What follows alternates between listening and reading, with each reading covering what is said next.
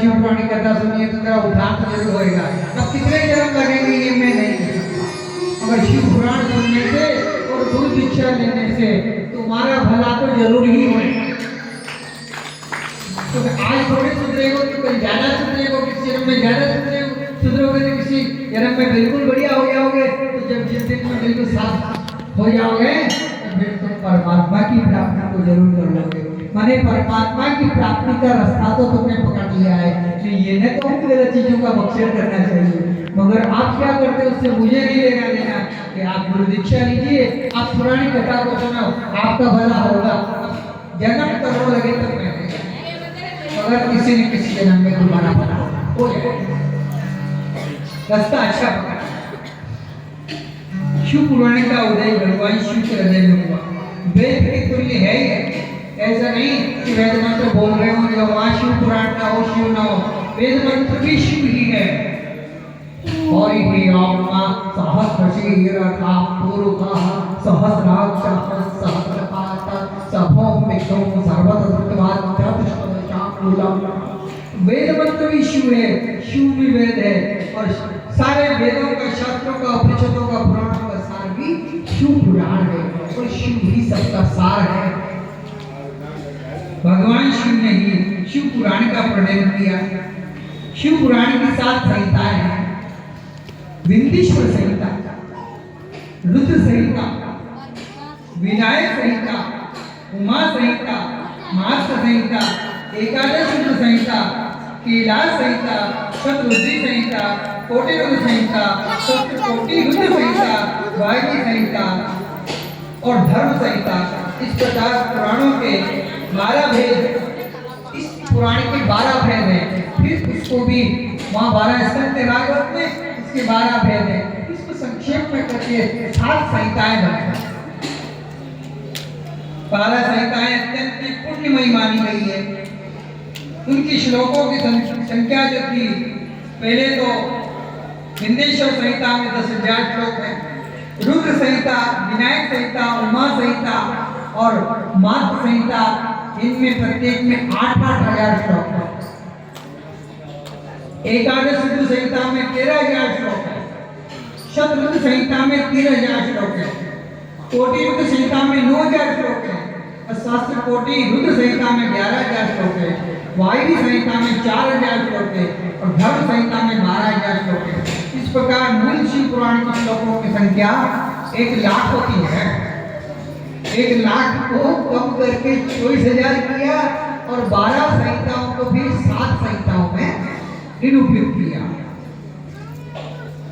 व्यास जी ने विचार किया कि 24,000 श्लोकों में संक्षेप में कर देते हैं इसको, क्योंकि लोगों की इतनी उम्र नहीं है कि 1,00,000 श्लोकों को पढ़े और समझे। कोई क्षमता हो जाए तो गुरु ही नहीं मिले इतने दिनों में। इससे पूछे जाए कि महाराज जी मिठास का मतलब क्या है। तो 24,000 श्लोकों में शिव महापुराण को व्यास देव भगवान ने संक्षेप में किया। पुराणों की क्रम संख्या के विचार से शिव पुराण का स्थान जो है 4था होता है। अब इसमें 7 संहिताएं करीब होती। पूर्व काल में भगवान शिव ने श्लोक की संख्या की दृष्टि से 100 करोड़ में शिव पुराण को रचा। षष्ठी के आदि में निर्मित हुआ। पुराण शायद अत्यंत विस्तृत हो गया। द्वापर आदि में व्यास जी महाराज ने पुराणों को 18 पुराण लिखे ना, तो पुराणों का जब विभाजन किया तो उस समय संपूर्ण पुराणों को संक्षेप में किया। केवल 4,00,000 श्लोक सब पुराणों में रखे और 24,000 श्लोकों को शिव महापुराण में रखा। उस समय शिव पुराण को 23,000 श्लोकों का प्रतिपादन किया। इस श्लोकों की संख्या है। वेद तुल्य पुराण संहिता 7 संहिताओं में बांटी गई है और पहली संहिता का नाम है 7 संहिता। कौन कौन सी है? पहली है विंध्येश्वर संहिता, दूसरी रुद्र संहिता, तीसरी नाम जो शतरुद्री संहिता, चौथी का नाम कोटि रुद्र संहिता और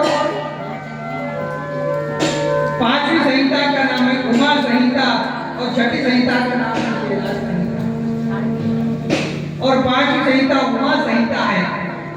इस प्रकार से 7 संहिता कोटि रुद्र संहिता, वायवी संहिता,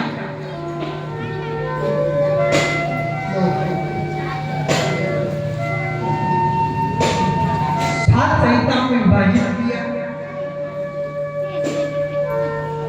आशीर्वाद तो शिव देते हैं, मगर कोई आए तो खाली हाथ न जाए। ओम नमो भगवते वासुदेवाय। ये 7 संहिताएं हैं।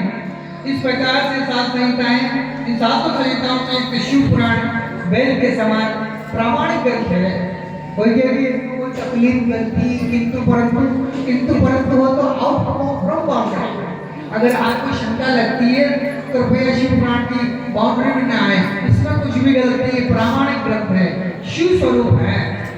शिव समझ के पूजो, शिव समझ के सुनो और शिव समझ के ही सुनाओ। उत्तम गति को देने वाला है। उत्तम गति क्या है? जब तक जीव आनंद से हो भक्ति करो शिव की, और जब शरीर को छोड़ो तो शिव लोक को प्राप्त करो। यही उत्तम गति है। संसारी लोग सोचते हैं वहां जाएंगे तो क्या करेंगे, एक बार जाके तो देख, फिर वापस आने का नाम नहीं लेगा। इसलिए वहां की जो गति है ना, उधर यहाँ के चांदी की सिक्कों में, यहाँ के सोने चांदी में, यहाँ के लावण में, इनमें कामासक्त होकर के व्यक्ति शिव तत्व तक पहुंचना नहीं चाहता है, लेकिन वो शिव तत्व को जो प्राप्त कर लेता है, फिर जो है वो संसार की तरफ उन्मुख नहीं होता। साध्य,